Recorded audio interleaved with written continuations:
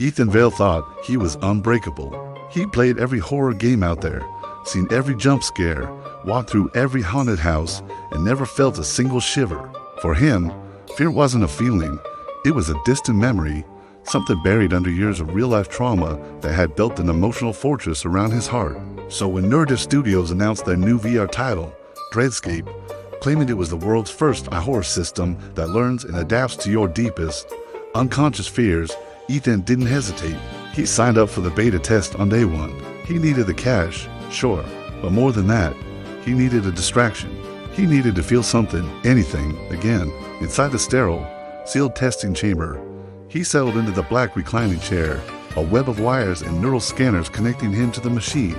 A technician in a crisp white coat attached the final cable to his headgear. Remember, the technician said, his voice oddly calm, the game reacts to your mind, not the one you show the world your real one. Ethan just smirked. My real mind is empty. The technician's reply was cryptic. We'll see. The visor slid down, plunging him into darkness. And in that blink, the game swallowed him whole. The world flickered into existence, a landscape of static and cold silence. Ethan found himself on a long, desolate city street under a sky the color of ash. The buildings around him were twisted and broken, as if reality itself had been bent out of shape. A neon sign hanging above a dilapidated storefront flickered erratically, "Welcome, Ethan Vale." He froze. His real name. The game wasn't supposed to know his real name. He frantically tried to access the in-game menu, but a single message stared back. Nitrogen monoxide connection. No connection, my ass. He muttered, his voice sounding small in the vast emptiness. His eyes were drawn to a structure in the distance, a tall, rectangular tower that pierced the bleak sky, its windows like black, vacant eyes. As he watched, he could swear its walls were breathing, a slow, rhythmic inflation and deflation like the ribcage of some colossal beast sleeping in the dark. Suddenly, a voice whispered directly behind him, so close he could feel the moisture in its breath. It was deep, wet, and ancient. "We missed you." He spun around, heart hammering against his ribs. Nothing, just the empty street, the brittle air, and the unnerving silence that had returned as quickly as it had been broken. He took a shaky breath, forcing a mask of bravado. "All right, let's get this over with." He started walking toward the breathing tower. The entrance was a massive steel door, its surface scarred with deep, vicious claw marks. A line of text materialized in his vision. Primary objective, enter. Simple enough, he thought, but the door wouldn't budge. He pushed, he shoved, he threw his entire weight against it. Nothing. And then, a tremor ran through him. It wasn't fear, not yet. It was memory. The locked door, the nursery from his childhood, his mother's muffled screams on the other side, his father pounding and yelling, while a 6-year-old Ethan hid at the top of the stairs, completely frozen.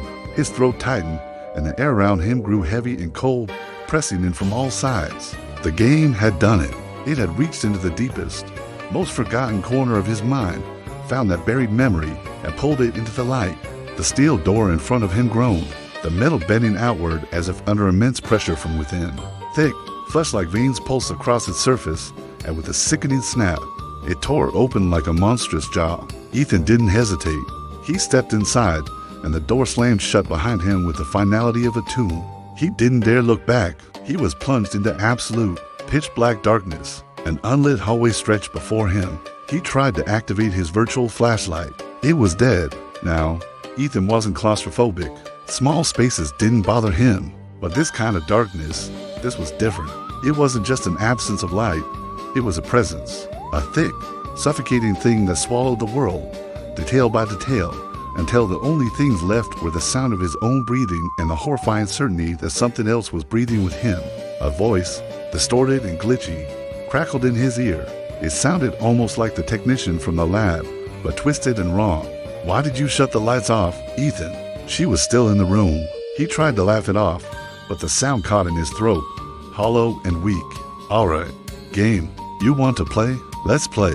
He took a step forward, the darkness feeling heavy, almost like wading through water. Another step. Something brushed against his ankle. He recoiled instantly, his heart pounding a frantic rhythm. Then, a figure began to materialize in the oppressive shadows ahead. A tall woman, trembling violently. Her face was deathly pale, her eyes to pitch black voids. Her neck was twisted at an impossible, broken angle. "Mom?" The word was a choked whisper torn from his lungs. The woman's mouth opened, her jaw cracked downward, then further and further still, until it unhinged completely, hanging loose against her chest. An unholy scream erupted from her throat, a sound that wasn't just heard, but felt, a physical force that vibrated through his bones. The hallway exploded with a deafening shriek. Ethan ran. He ran blind, breathless, fueled by a terror he hadn't felt in 20 years. He was half sobbing, half cursing the game, the studio, himself. Behind him, he could hear the sickening scrape and drag of the screaming woman crawling after him unbroken. Spider-like limbs, her fingers like hooked knives scratching along the floor. Just as he thought his lungs would burst, a single white door appeared ahead, a beacon in the nightmare. He threw himself at it, diving through without a second thought. The screaming stopped instantly. He found himself in a circular chamber. The walls were a dizzying mosaic of hundreds of TV screens, all flickering the light simultaneously, and every single screen displayed him, not his in-game avatar. Him, the real Ethan Vale, sitting in the testing chair back in the real world, visor on his face, his chest heaving with rapid breaths. His blood ran cold. This wasn't possible. This wasn't a game mechanic. Ethan, a distorted voice echoed from hidden speakers. Do you see how vulnerable you are? The image on the screen zoomed in on his real-world body, and in the corner of the video feed, in the sterile white testing room, something moved. A tall shadow, vaguely humanoid but bent and folded, its limbs long and spidery. It was slowly, silently, creeping toward his unconscious physical form. No, no, no, no, Ethan yelled, slamming his fist against the nearest screen. The glass didn't break. Instead, the word error flashed across it. Connection lost. He screamed at the walls, a raw, desperate sound. This isn't part of the game. As if hearing him through the layers of reality, the spider-limbed figure in the video feed slowly lifted its head. And then, all at once, the hundreds of screens blinked off, all except one. A single screen remained lit, displaying the simple, terrifying message: the game adapts to what you fear most. And you, Ethan, you fear yourself. The chamber dissolved into a storm of static, and the floor beneath him vanished. He was falling again. He landed hard on a floor of dirty tiles. A bathroom. The air was thick with the smell of rust and decay. Blood stained the inside of a grimy sink, and on the wall, a cracked mirror. Ethan pushed himself up, his body aching, and looked at his reflection. It stared back at him, but it wasn't matching his movements. His reflection smiled, a slow, predatory grin that his own face wasn't making. Then, with impossible strength, it grabbed the edge of the mirror and pulled itself out. It crawled onto the sink, its limbs contorting like wet ropes, its body dripping onto the floor as it separated from the glass. Ethan was frozen in pure, undiluted terror. The reflection, the doppelganger, tilted its head, its movements jerky and unnatural. "You buried the truth," it said, its voice a perfect mimicry of his own, but laced with malice. But the game unearthed it. Ethan's survival instinct kicked in. He frantically looked for a weapon, his hand closing around a sharp shard of broken mirror glass from the floor. His double lunged. They crashed to the ground in a brutal tangle of limbs. The glass shard slashed at skin, and blood, both real and virtual, smeared across the filthy tiles. Ethan snarled, a feral sound, shoving the thing off him. But it was too strong, too fast. The doppelganger pinned him down, its face inches from his. "Do you know why you can't feel fear?" it whispered, its breath foul. Ethan spat a mouthful of blood. "Because nothing scares me." Wrong answer. The double drove its fingers into his temples, and the world shattered. He wasn't in the bathroom anymore.